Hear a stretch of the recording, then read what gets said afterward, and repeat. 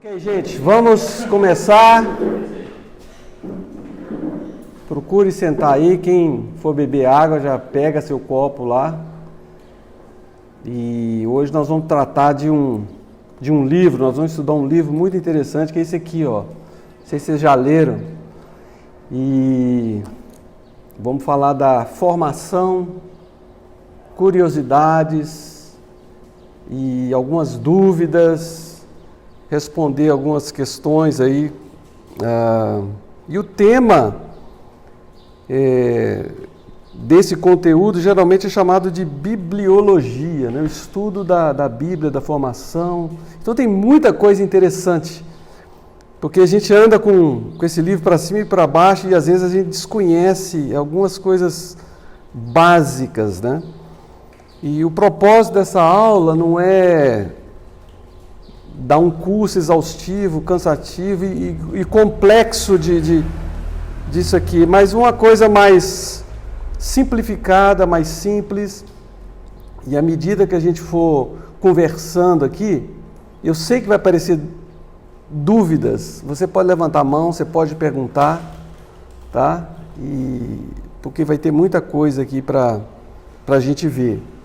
Nós vamos estar vendo aqui sobre os seguintes temas. Nós vamos falar sobre a superioridade da Bíblia em relação a outros livros famosos, conhecidos no mundo, né? Por que a Bíblia é um livro superior?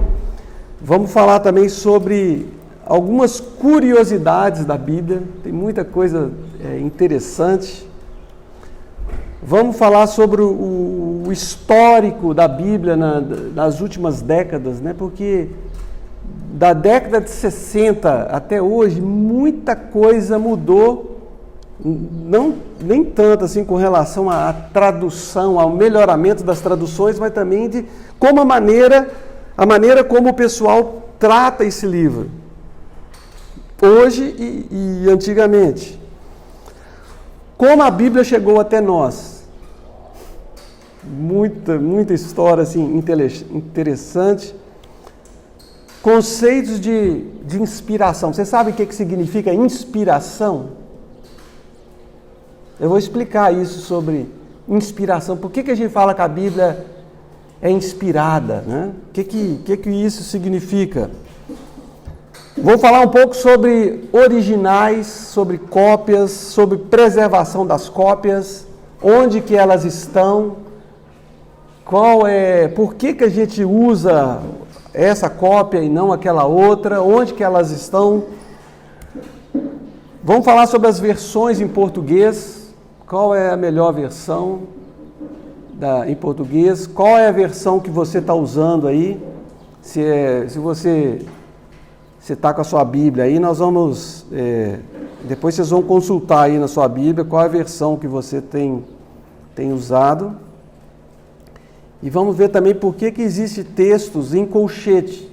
Por que alguns textos estão ali, está em colchete. Então tem coisas interessantes e nós vamos fazer depois uma conclusão, mas durante esse período todo aqui, é importante vocês forem fazendo assim perguntas, tá? A gente tem um tempo aqui, nós estamos começando atrasado, então a gente vai passar um pouquinho aqui do período, mas antes a gente vai orar, pedir que Deus use esse tempo aqui para a gente aprender um pouco mais desse livro que a gente fala que é um livro que é a palavra de Deus, tá? João, você pode orar, por favor?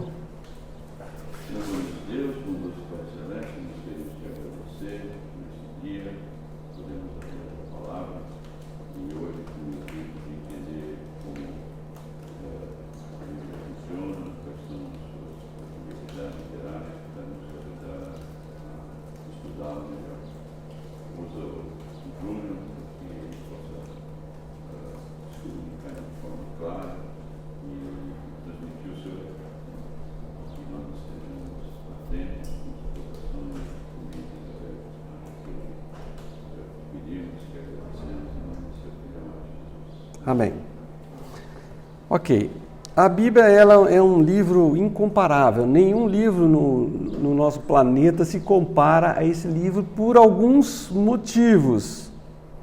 Vocês saberiam falar alguma coisa? Por que a Bíblia é um livro incomparável, é um livro destacado, um livro interessante? O mais preservado. O mais preservado.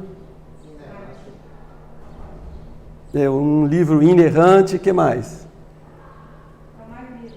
É o livro mais lido por algumas pessoas. Sobre o qual mais se foi escrito a respeito. O livro que mais foi escrito, o mais estudado. O que mais? Contém a vida, né? Hã? Ela contém vida. Assim, é um grupo que fala que ela não sai assim, de moda como alguns livros vão ficando para trás. Aham. É um livro que quando você lê, você está em contato com o autor, né? E quando você lê um livro comum, você lê um livro comum, mas quando você lê a Bíblia te lê. Então, de certa forma, assim, há uma ação do autor falando com você. E a gente fala que a Bíblia é a palavra de Deus, e isso é muito sério, né? Será que é mesmo? Será que a gente acha que ela é? Então eu coloquei que é o livro mais lido, o mais traduzido, que foi traduzido para mais idiomas, nenhum outro livro, o mais impresso, livro que está sendo impresso aí adoidado, o livro mais estudado, tem seminários aí no mundo inteiro, pessoas passam a vida estudando esse livro porque alguma coisa acontece. O melhor documentado, ou seja, o que tem mais cópias, mais registros durante toda a história, né? O mais vendido, é o livro mais vendido no mundo, pessoal. Existe Bíblia do homem, Bíblia da mulher, Bíblia da sogra, Bíblia de tudo quanto é tipo, né?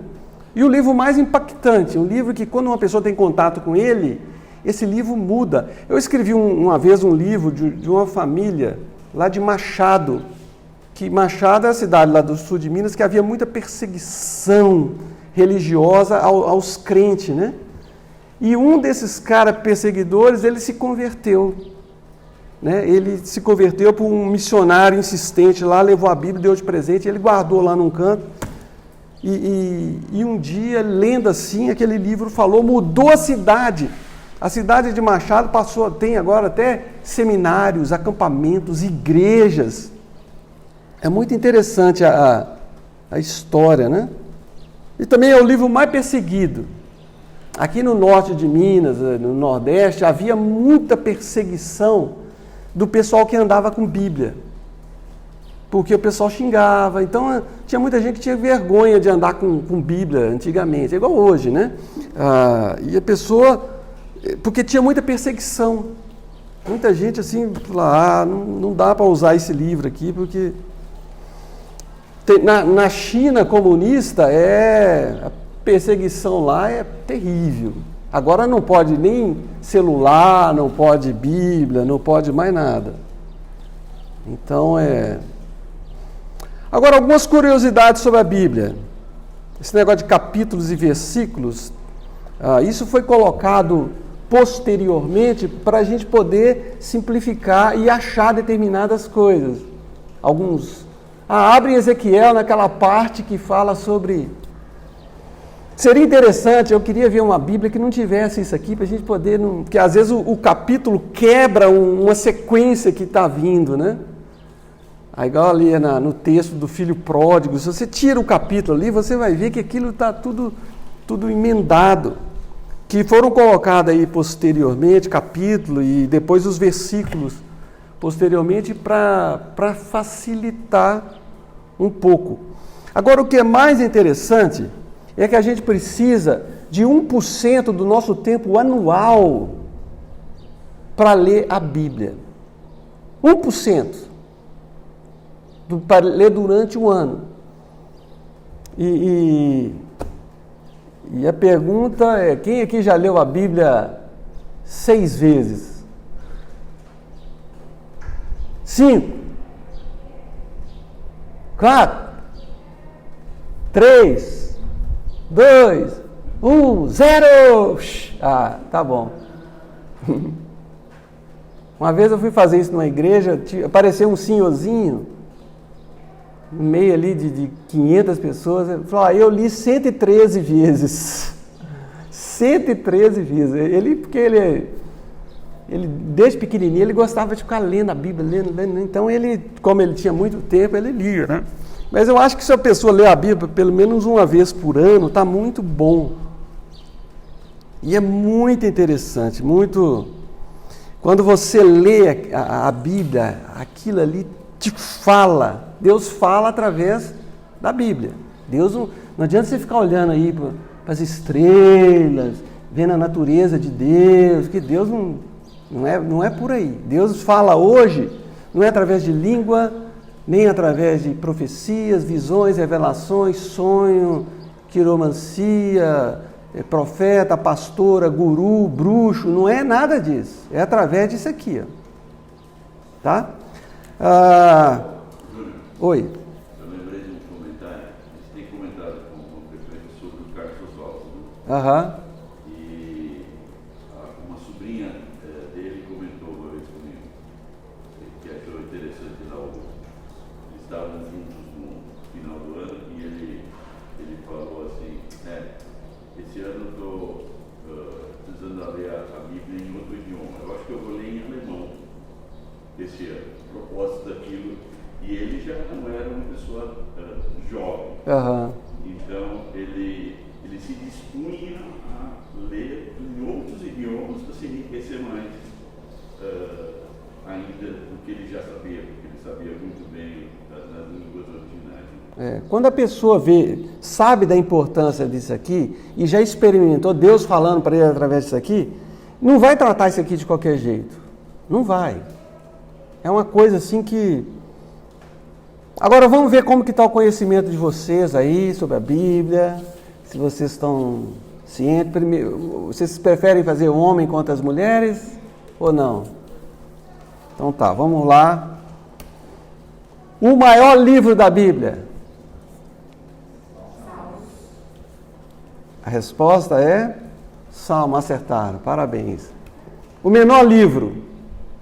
Não, 2 João. 2 João, né? O João está sabendo, né, João? Vamos ver outro aqui. O maior capítulo? Salmo 119. E o menor capítulo? 117, não é? Salmo 117. Salmo 117. Certo? 4-0 para o João. O João é um rato de escola bíblica. O maior versículo?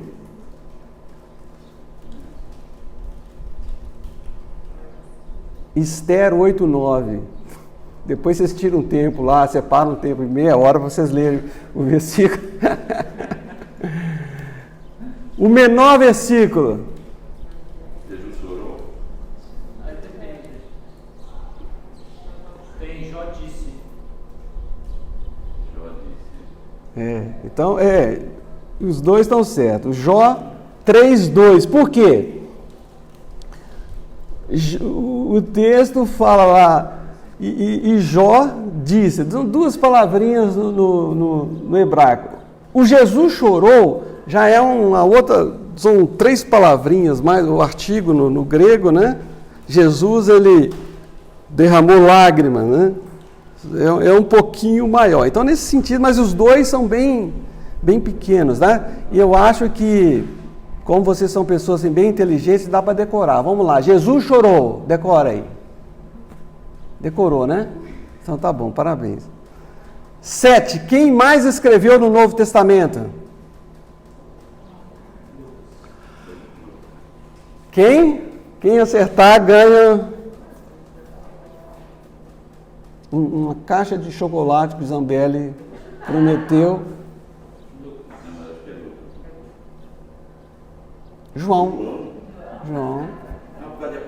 Olha lá, João escreveu o Evangelho de João, Atos, 1 João, 2 João, 3 João, 4 João e Apocalipse. Isso se a gente não considerar Paulo como autor de Hebreus, que na minha opinião, é mais difícil, né? Por causa do estilo do grego de Hebreus, né? Então, João. Agora, João, você sabe o que esse João era? O que a Bíblia fala desse camarada que mais escreveu? Amado. O que mais que ele era? O que Atos fala dele? O pessoal do grego aí sabe. Ele era agramatoi e idiota. Iletrado e inculto. A palavra inculto é idiota. O idiota é aquele cara comparado com um cara inteligente, que sabe, o oposto dele era chamado em grego idiota. Então, olha, coitado, João, né? Mas mesmo ele sendo tudo isso, o barco dele lá, ele era pescador, estava escrito premobral, recuperação, né? Era assim uma coisa que... Idiota, o sinônimo para idiota seria ignorante? Hoje em dia, assim, uma pessoa simplória, uma pessoa sem tanto conhecimento, né? Mas não vai falar isso não, viu, João? Não evita falar isso aí de alguém. Ok, a Bíblia, eu sei que vocês já estão cansados de saber como que a Bíblia é dividida. Quantas partes? São 2. Como é que chama a primeira? Antigo Testamento e Novo Testamento. O Antigo Testamento tem quantos livros? 39. O Antigo. E foi escrito em hebraico e um pouquinho em aramaico. E quanto que foi escrito mais ou menos? Em quantos anos? Quando que começou a ser escrito e quanto que terminou? 1000 anos. Olha lá, ó. 1446 foi a provável data que Moisés saiu ali e escreveu mais do que qualquer jovenzinho hoje aí que tem computador, né? Escreveu muita coisa ali no desertão. E a gente divide o Antigo Testamento em Pentateuco, ou Torá, que é a lei, ou então os livros de Moisés, você pode ficar à vontade aí para escolher. Depois tem em português, né? Tem os livros históricos. Depois vem os livros de literatura, o livro de poesia, os livros poéticos. O livro de Jó, tirando os 3 primeiros capítulos, todo ele foi escrito em forma de poesia. Coisa muito legal. Isso é chamado de literatura também, porque provérbio não é poesia, mas é um tipo de poesia, são ditos populares. Os livros poéticos e também os livros proféticos.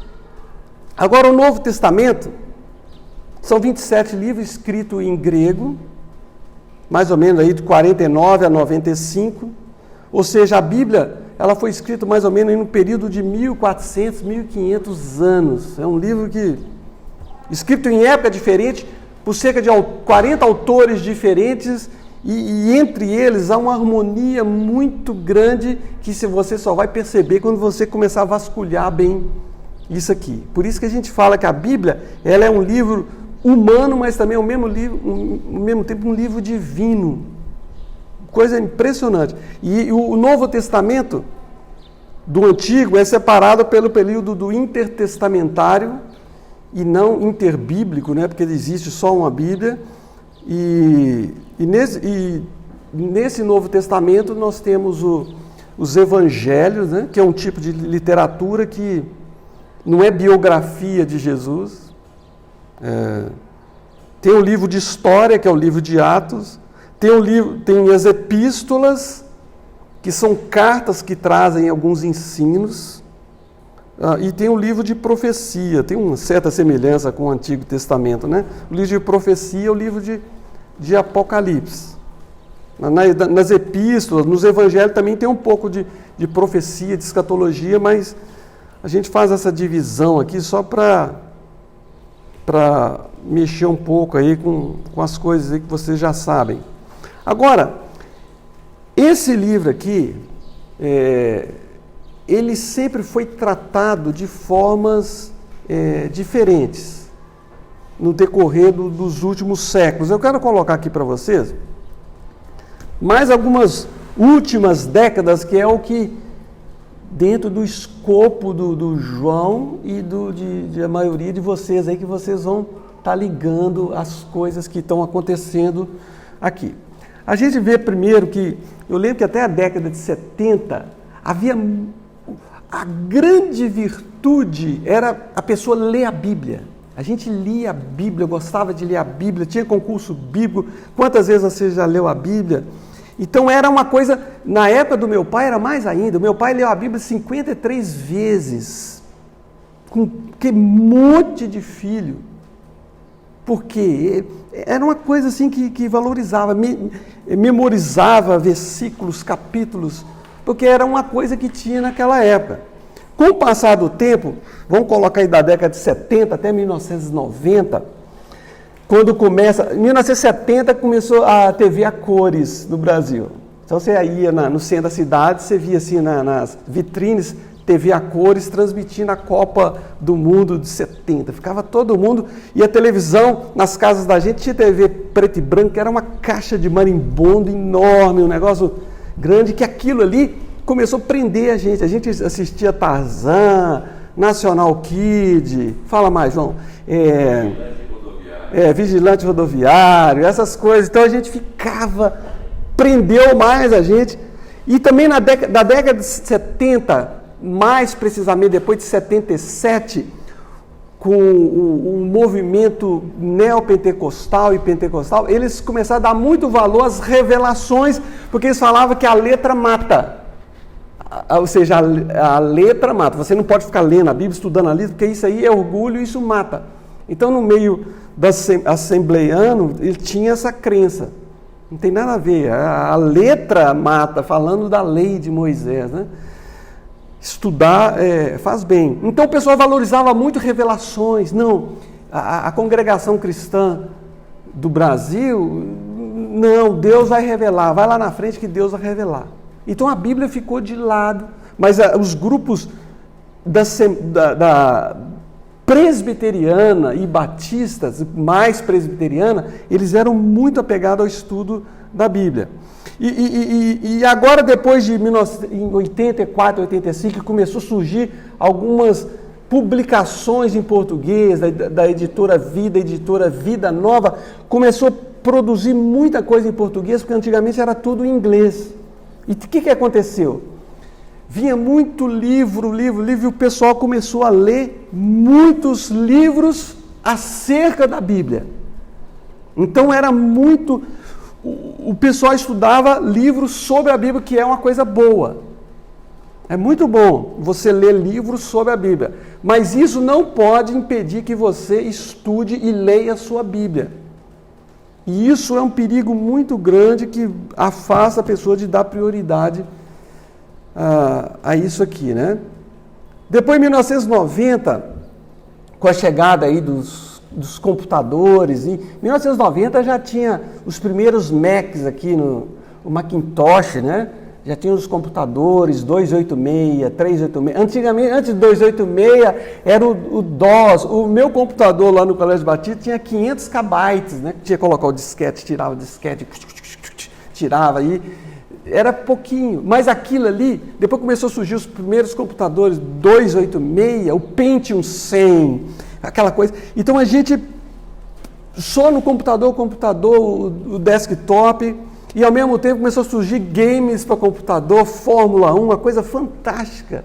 E a gente ficava no computador, aí depois vem também TV a cabo, aí era aquele monte de coisa interessante. E isso aqui foi ficando um pouco de lado, porque o tempo da gente era voltado para as coisas mais interessantes, né? Aí em 94 começou a surgir os primeiros tijolões celulares, que era desse tamanho assim, a gente deixava ele preso aqui no cinto, né? E os caras gostavam de aparecer, mostrava tudo assim. Depois o celular foi diminuindo. Depois, em 94, 94, 95, já você pegava o cabo do telefone, ligava no computador, discava, e você tinha um mundo ali. Então você tinha, em 94, por aí, você tinha a internet, você já tinha celular, os meninos com computador, essa coisa toda, a TV a cabo, você tinha tudo na sua casa. O que aconteceu com a Bíblia? Então ela vai ficando de lado. Agora, ultimamente, os smartphones é uma coisa que vem resolver um monte de problema para a gente, para facilitar a vida da gente, uma coisa muito interessante, mas infelizmente os celulares estão ocupando muito mais tempo do que é devido à Escritura. Nada contra celular, mas o pessoal não está sabendo mais lidar com o tempo. E aquilo que é menos importante vai ficando em segundo tempo, né? As redes sociais também, WhatsApp, então seria interessante se tudo isso acontecesse e você ao mesmo tempo você ter um amor para a Escritura. Agora nem tudo está perdido. Hoje em dia tem pessoas que gostam da Bíblia, gostam de estudar a Bíblia, né? O pessoal ama a escola dominical, de estudar, elas gostam muito disso.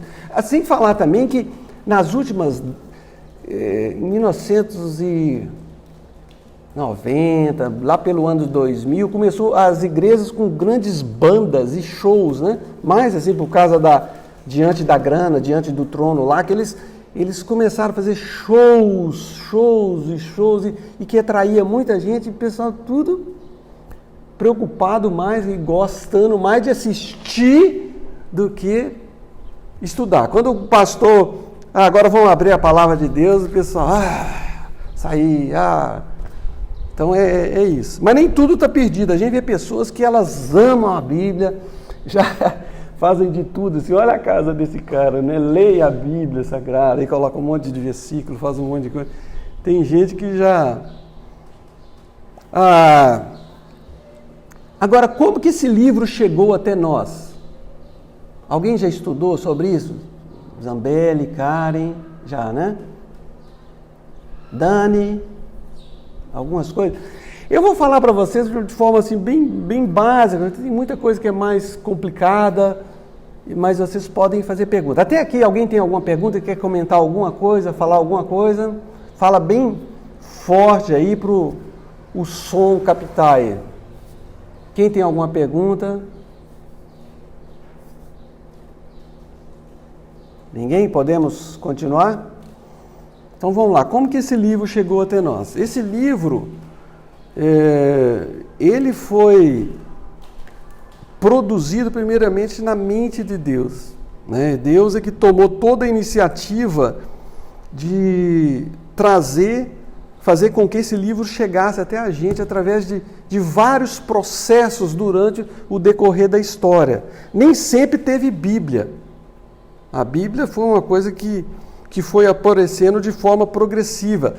Porque a primeira coisa que Deus fez foi se revelar ao homem através da natureza, né? Hebreus fala, havendo Deus outrora falado muitas vezes, de muitas maneiras, aos nossos pais, pelos profetas, através de manifestações, de teofanias, de escrever na parede, de aparecer para uma pessoa,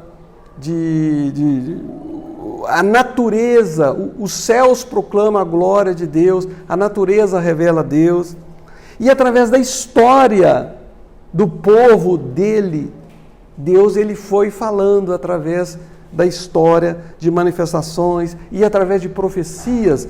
E tudo isso foi de uma forma progressiva. Você vê que Moisés ele foi escrevendo, depois Josué escreveu mais um pouco, os cronistas foram colocando no papel, Davi escreveu muita coisa sobre o Messias, coisa que ele escrevia assim, mas ele não tinha noção do que ele estava escrevendo, sobre a ressurreição do Messias, sobre a vinda do Messias. Os profetas, Deus atuava na vida deles, nós vamos falar sobre isso daqui a pouquinho. Os evangelistas, Os evangelistas, eles não saíam com gravador. Depois de um tempo, havia muito zum, zum, zum. O judeu é muito de gravar os fatos, as histórias. E as mulheres também gravavam, sabia tudo. E tinha muito zum, zum, zum sobre Jesus. Foi assim, foi assim, foi assim, foi assim. E o que aconteceu? Eles falaram, gente, a gente precisa colocar isso no papel, que a coisa está começando a desvirtuar. Aí Marcos, que não era discípulo de Jesus, mas era discípulo de Pedro, escreveu Marcos, depois Mateus, depois Lucas. Lucas resolveu fazer uma pesquisa, depois ele pegou coisas de igreja, relatório de igreja, coisa que o pessoal falava e resolveu fazer um trabalho muito bem feito, muito sistematizado. Paulo veio depois e, por último, João, que escreveu um evangelho um pouco diferente de Mateus, Marcos e Lucas. Agora, como que Deus fez para esses camaradas escreverem um texto, igual o Cass falou, inerrante, e eu acrescento, infalível? O que Deus fez? Pode falar, agora é com vocês, vou beber água. O que Deus fez para produzir um texto? A gente não fala que a Bíblia, a gente pode confiar na Bíblia, mas o que aconteceu para que todo esse registro histórico fosse colocado no papel e ser uma coisa confiável? Uma das coisas foi o rigor da cópia pelos escribas. Mas o que Deus fez nos homens ali para que eles... eu vou escrever sobre Jesus. Eles não pensavam assim, eu vou escrever a Bíblia aqui. Estou escrevendo a Bíblia. Não, eles iam escrevendo. O que eles fizeram? O que Deus fez? A gente lembra que começa com Deus, vocês lembram, né? Que Deus vai, ele vai atuar. E o que Deus fez? Nos autores, no texto.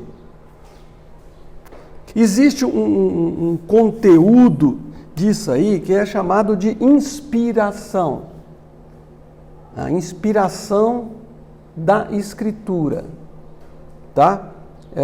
Eu sei que vocês já viram algumas coisas sobre isso, mas nem todo mundo viu, então eu vou colocar aqui de uma forma mais abreviada, que é aquele texto de 2 Timóteo. Toda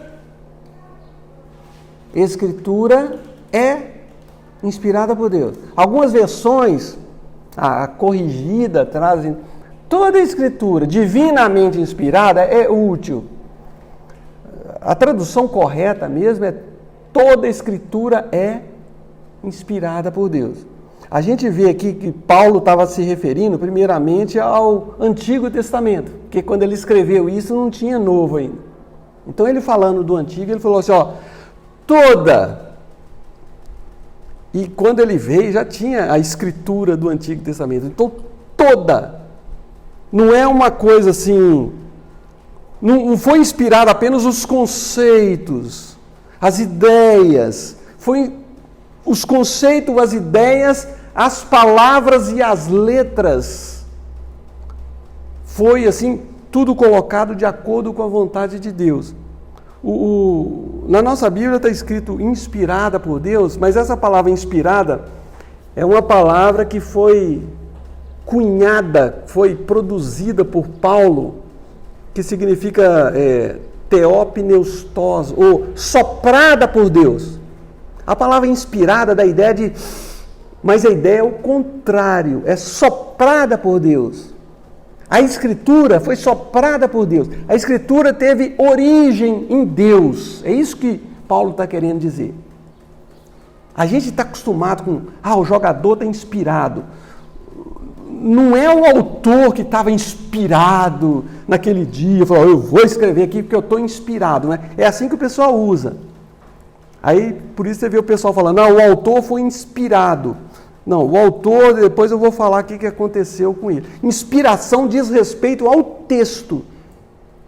Ao texto da Escritura. Então a gente vê que foi uma coisa total.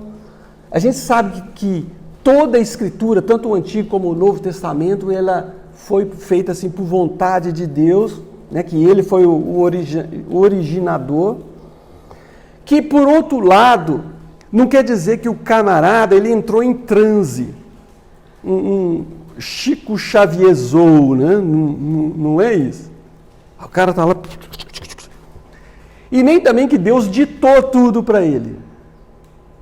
É que o cara usou a sua personalidade, a sua capacidade, a sua letra, as suas ideias, e que o Espírito Santo superintendeu sobre esses autores humanos para que eles escrevessem um texto sem erros e contradições nos seus escritos originais.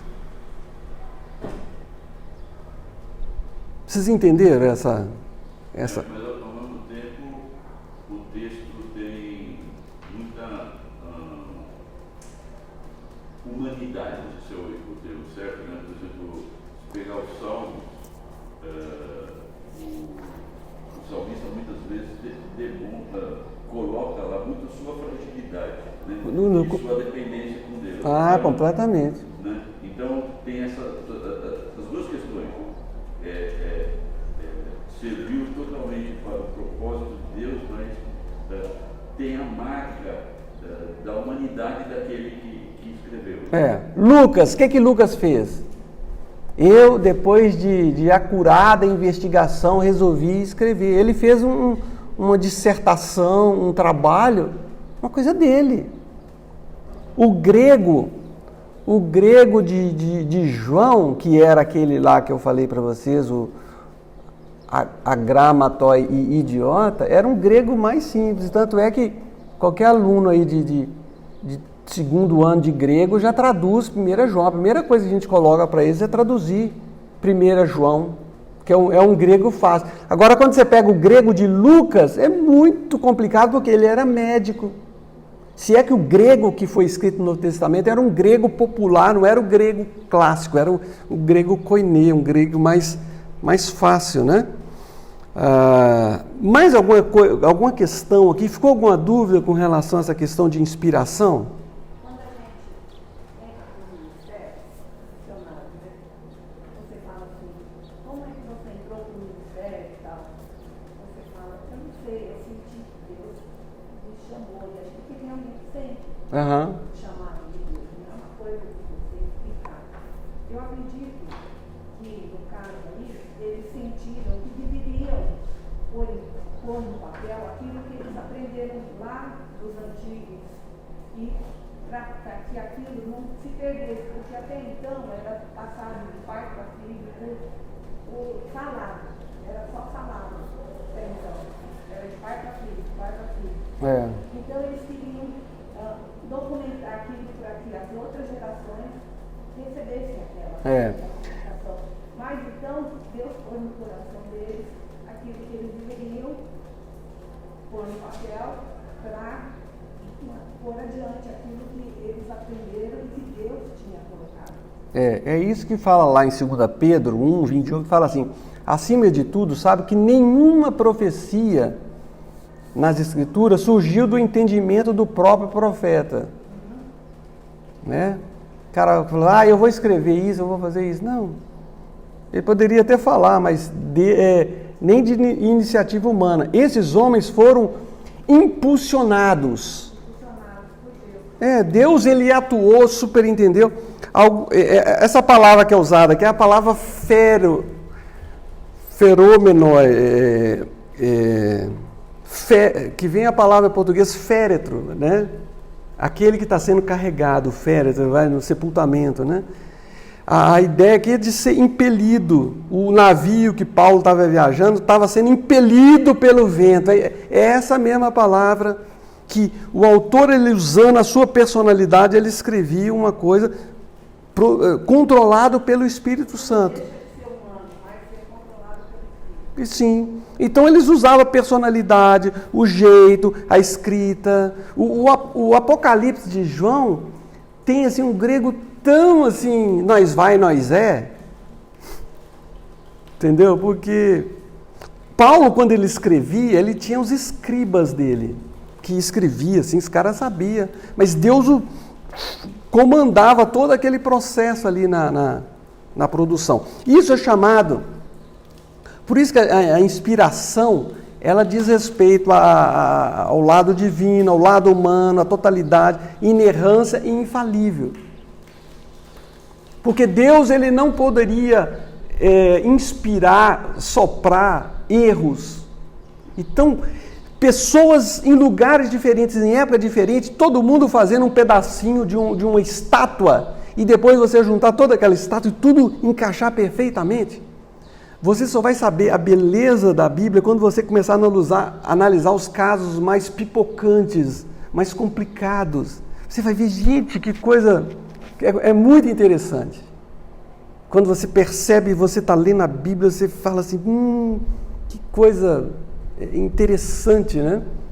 Então isso diz respeito à inspiração. Outra coisa que aparece é a canonização. Por que esses livros e não outros? Porque na época dos evangelhos, por exemplo, havia muitos evangelhos. Lucas fala isso. Muitos escreveram acerca de Jesus. Mas por que Mateus, Marcos, Lucas e João? Por que esses livros e não outros? Por que os livros apócrifos? Por que não os livros pseudoepigráficos? Por que não Macabeus, Tobias, Judite? São livros históricos. O Evangelho de Tomé, o Evangelho de Marcos. Por que esses livros não entraram? O que o pessoal fazia para... Já que eles escreveram, agora tinha aqueles documentos. Então o que o pessoal fazia? O que eles olhavam? Eles olhavam assim, quem foi que escreveu? Tá? Isso aqui é a lei de Moisés. Não chega nem perto, porque o pessoal... A lei de Moisés. Depois outros, eles olhavam muito quem escreveu. Agora tem livros que não têm autoria, Hebreus. Tem alguns livros que você descobre a autoria dele, mas eles não olhavam só a autoria. Eles olhavam a autoridade do livro. Tem uns livros apócrifos que eles são cheios de erros históricos, geográficos, cheios assim sem autoridade nenhuma. O livro de Macabeus, não sei se vocês já leram, é muito interessante. No final ele fala assim, olha, se eu errei alguma coisa, se eu cometi algum equívoco aqui, eu peço desculpa para vocês. Os caras caem em cima matando, né? E falam, isso aqui não. Alguns livros, eles eram aceitos por... eram sendo formadas coleções, depois o pessoal analisava aquelas coleções, grupo de líderes de igreja, de estudantes, falou, esse livro aqui tem esse problema. Não, esse livro aqui está aceito. Não, esse aqui a gente precisa analisar mais um pouquinho, porque ele aqui não... Lutero, o que ele fez, Zambelli, com Tiago? Epístola de palha, porque ele não estava entendendo ali aquela questão de salvação pela fé e pelas obras. Ele falou, não, isso aqui não faz parte. E muitos livros, o livro de Provérbios foi muito questionado. Não responda ao insensato segundo a sua estutícia para você não ficar igual a ele. Provérbios 26:3. Provérbios 26:4 fala, ao insensato responda segundo a sua estutícia para ele não ficar aí se gabando achando que é o tal. Então o pessoal fala, tá vendo? Tem contradição. Mas tudo isso é falta de entendimento do texto. O livro de Cantares é muito sensual. Então, alguns livros assim, foram questionados, demorou um tempo mais para ser aceito dentro de um cano. Primeiro foi formado o cano do Antigo Testamento.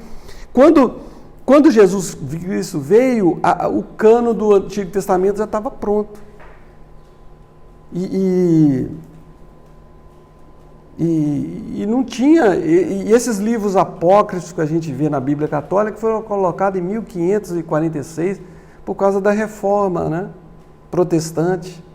Eles inseriram aquele livro falando que era um deuterocanônico, né, segunda canonização dos livros. Então, isso aqui é uma história muito interessante, que nós não vamos entrar aqui, que o tempo nosso já está acabando. Eles olhavam esses detalhes. E outra coisa que é muito importante é que esses livros, esses documentos, todos escritos há 3.500 anos atrás, os primeiros livros de Moisés, até hoje, até o Novo Testamento, há 2.000 anos, eles passaram por um processo de preservação. Deus, ele revelou, Deus, ele conduziu, Deus, ele trabalhou no processo de canonização e Deus trabalhou também no processo de preservação do texto. Como que isso funciona? Como que isso funcionou? Tem os originais. Os originais, eles eram escritos antigamente em papiro. E papiro era um negócio assim que esfarelava muito rapidamente, né? A gente tem aí uns textos os manuscritos mais antigos do Novo Testamento são assim do 2º, 3º século. Aqui um pedacinho de um dos livros do Novo Testamento era assim, escrito em grego, com letra tudo maiúsculo, tudo emendado. E esses livros, eles passaram por um processo, o seguinte processo de preservação. A gente vê aqui os originais. Dos originais, tem original do Antigo Testamento, do Novo Testamento. Então, o Antigo Testamento, eu já falei o hebraico, o aramaico e o Novo Testamento do grego.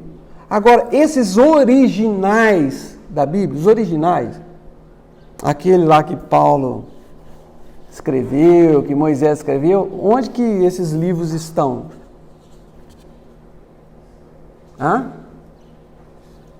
Onde que esses livros se encontram?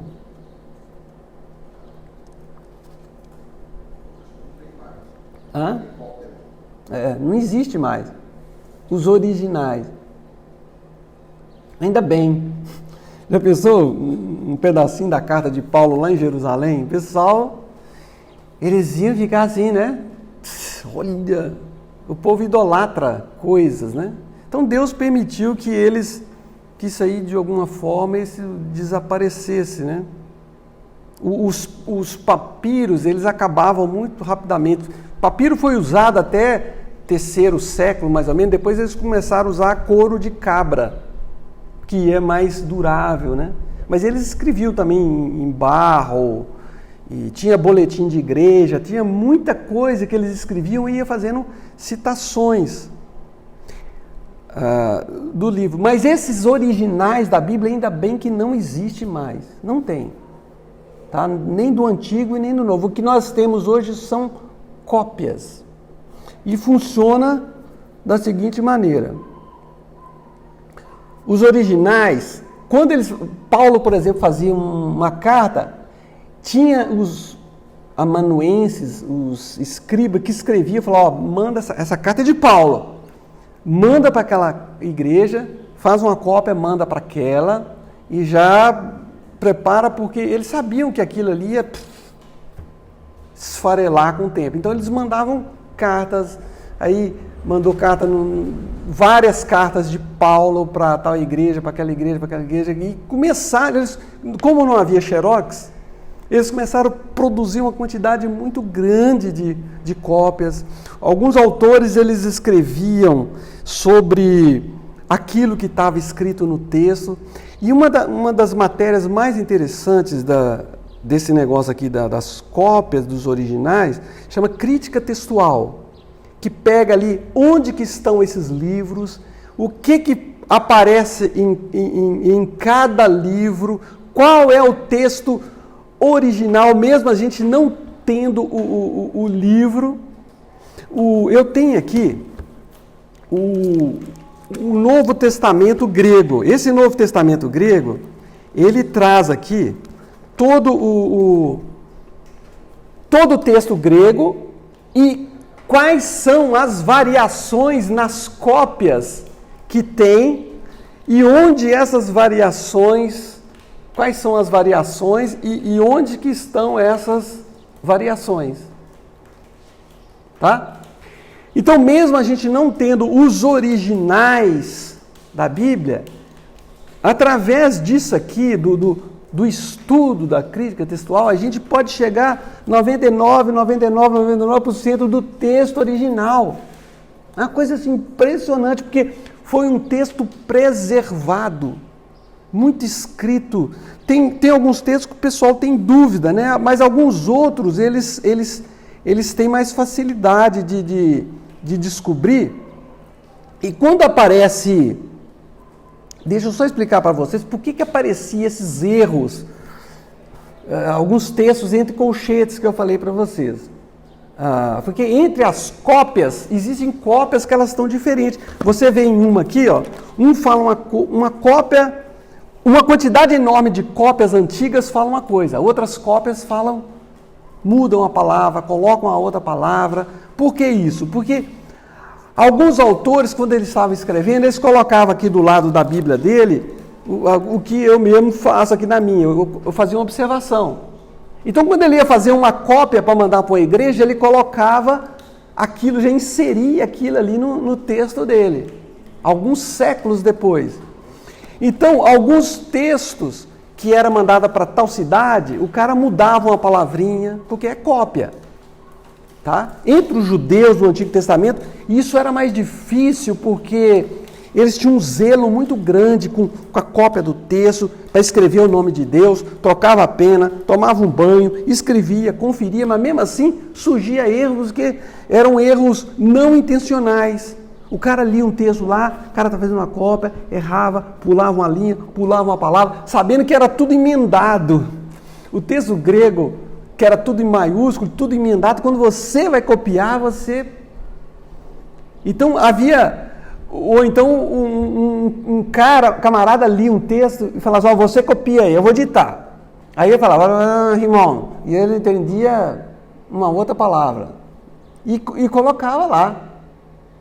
Então era isso que acontecia. E erro de leitura errada, escuta errada, falha da pena. O hebraico, se você vai escrever uma letra, você errou um tracinho, já muda completamente a palavra. Tem muito disso, né? Então, às vezes, a gente tem que descobrir onde que estava o erro, por que o camarada colocou aquilo, e tem gente que fazia todo esse trabalho. E, por exemplo, um texto que é muito comum, se você tiver com a sua Bíblia aí, você quiser abrir em João 5, capítulo 3, tem um texto aí que é muito comum, que fala aí, ficavam ali cegos, mancos e paralíticos, uma multidão de enfermos. Aí aparece o colchete na sua Bíblia, deve ter. Talvez a sua Bíblia nem tenha esse texto em vermelho aí. Aí que vem, esperando o movimento das águas, pois um anjo do Senhor descia uma vez e quando agitava a água, o primeiro que entrava... Todo esse texto aqui, isso aqui foi colocado por um copista, sabe quando? Uns 400 anos depois, no 5º século, que ele escreveu isso aqui. Esse texto, essa variação, ele vai colocar isso talvez por causa do versículo que está na sequência que fala sobre isso. Mas isso era uma crença que tinha do anjo que mexia a água lá e o primeiro que chegasse era curado. Esse texto ainda fala, assim, com toda certeza que esse texto não fazia parte do texto original, mas que algumas versões, às vezes eles colocam porque estava assim. Então eles colocam essa observação entre colchetes. Então tem várias... A pessoa que vai pregar, que vai analisar, que vai dar um texto, às vezes ele tem que um pouquinho de curiosidade para saber sobre isso. Aquele texto, pois teu reino, poder e a glória para sempre, amém. Os manuscritos mais antigos, do 2º, 3º, 4º século, os mais importantes manuscritos, eles não trazem essa variante textual, né? Então, isso aí acontece por causa dessas questões aí das cópias, que eles iam fazendo as cópias. Aqui, olha, essas cópias eram distribuídas para vários lugares no mundo. A região da Palestina, a região de Alexandria, no Egito, que o pessoal conhecia muito grego, eles corrigiam muito texto de que era o escrito. O pessoal falou, está errado isso aqui. Como eles entendiam muito grego, eles faziam variações, consertava.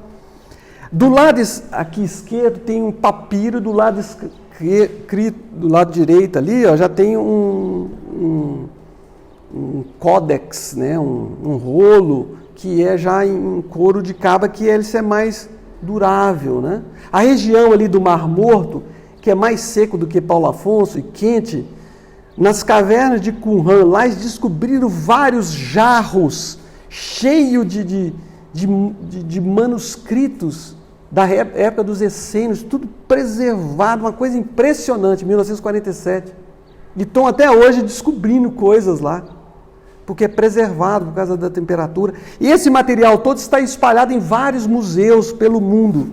Aqui a gente vê, a gente consegue até descobrir onde que eles estão, de que data que ele é, está tudo catalogado. Isso aqui é mais para quem é teólogo e gosta de estudar, de saber e precisa ensinar. Tem tudo aqui, ó, no final da Bíblia. Aqui esse é um Novo Testamento, isso aqui é o Antigo Testamento hebraico, que é do Zambelli. Então a Bíblia é isso aqui, ó, o Antigo Testamento e o Novo Testamento, hebraico e grego. Com isso, esse livro aqui, que é um aparato crítico, é que a gente vai estudar. Eu sei que vocês, mas o que eu tenho a ver com isso? Eu sei que não vai importar muito para vocês, mas estou passando uma informação só para vocês saberem que a teologia, ela exige que as pessoas tenham um pouco de curiosidade de conhecer mais a palavra de Deus, de estudar, que não é uma coisa assim, né? E a gente está aqui para ensinar, para tirar dúvida. Tem aqui, antes da gente terminar, essas cópias, que antigamente era grego e hebraico, elas foram traduzidas para vários idiomas. O texto grego, em 250 antes de Cristo, o texto hebraico foi traduzido todo para o grego, 250 anos antes de Cristo, pelo pessoal da biblioteca de Alexandria, que queria ter um documento dos hebreus lá em grego. Então a gente tem hoje, no seu celular, e você pode ter a Septuaginta, que é a tradução grega do Antigo Testamento. Aqui no meu computador, às vezes eu estou consultando um texto do Antigo Testamento, eu vejo como que eles traduziram para o grego. Hoje em dia a gente tem todas as ferramentas que os nossos antepassados não tinham. Então depois foi traduzido para o latim, para o alemão, para o inglês, para o português, francês, para o Yanomami.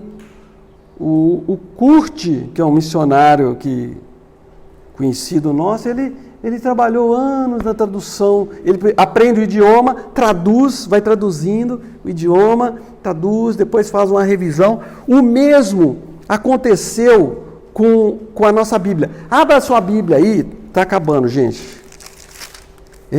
Na primeira página, o que está escrito aí? Quem que traduziu a sua Bíblia? Olha aí.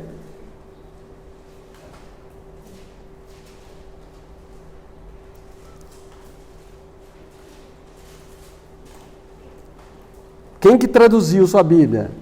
Na primeira página.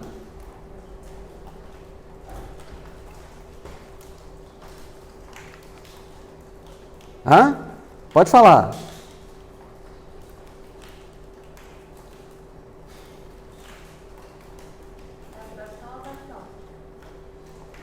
Traduzida para o português por João Ferreira de Almeida. Quem é esse sujeito?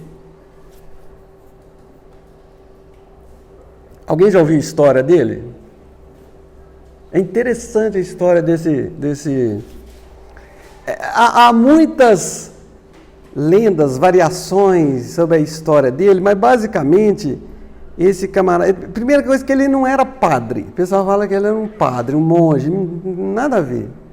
Ele nasceu na igreja católica, participou, a família dele, mas os pais dele morreram muito cedo.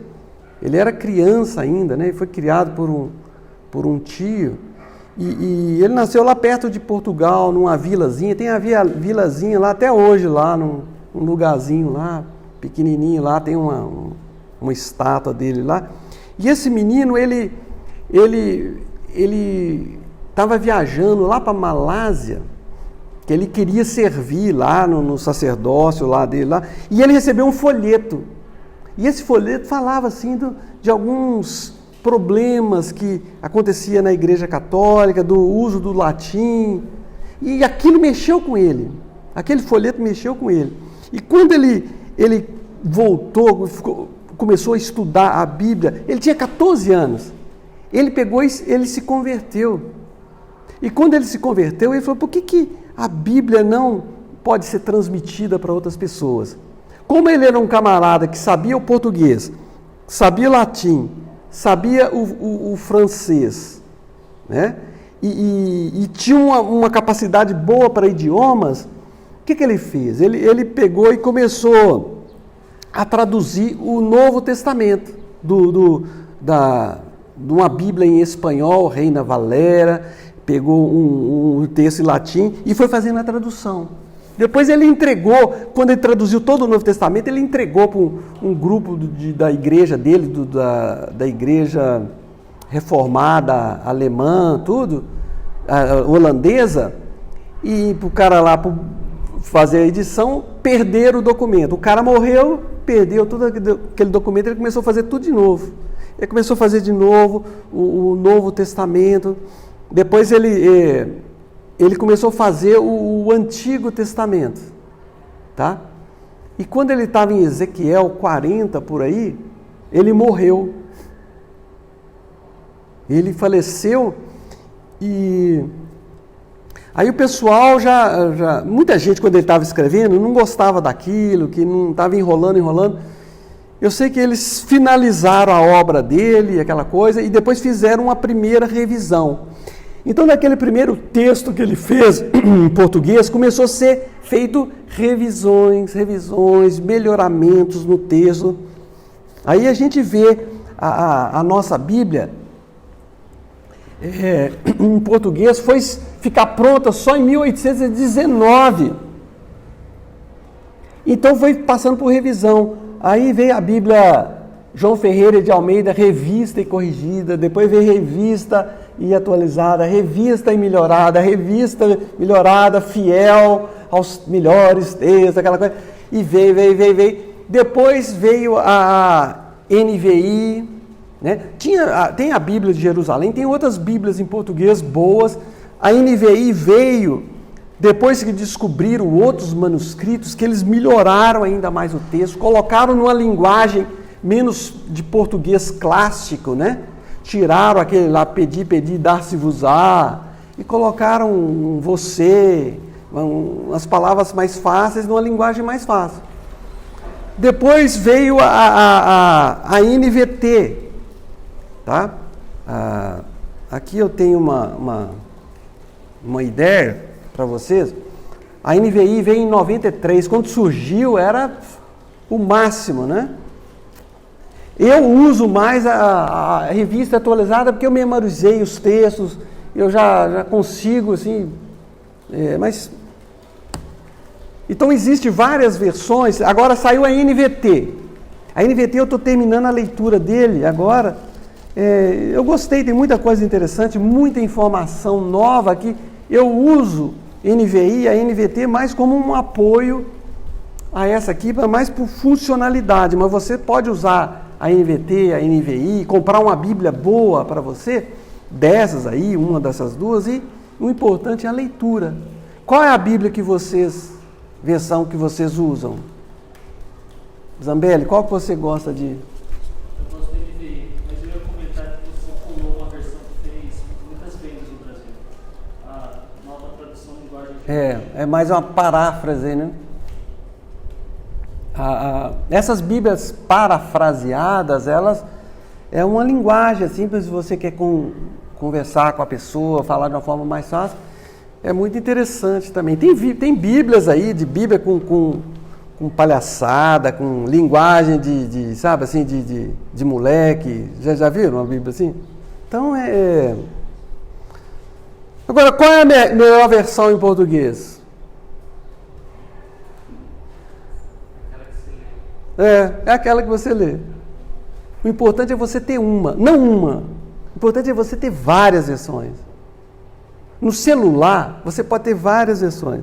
Eu leio muita coisa no celular, não tanto no celular, mas no Kindle, que é um aparelhinho assim. Eu tenho ali, onde eu estou, eu aproveito o meu tempo, não fico em fila à toa, não fico em aeroporto, sempre estou lendo de madrugada, eu acordo, vou lendo. Então, o importante é você ter uma Bíblia com a letra boa para você entender, tá? Então, só para... Como que você pode despertar o interesse pela Bíblia? Se você não é aquela pessoa que não lê, que não tem interesse, o que você faz? Primeiro, compra uma Bíblia enxergável. Tem umas Bíblias que se você... Parece bula de remédio, né? Tudo que começa com B, a pessoa não lê, né? Bula, Bíblia. Então, se você pega uma Bíblia com a letra pequena, você para no início ali. Seu olho já fala, não!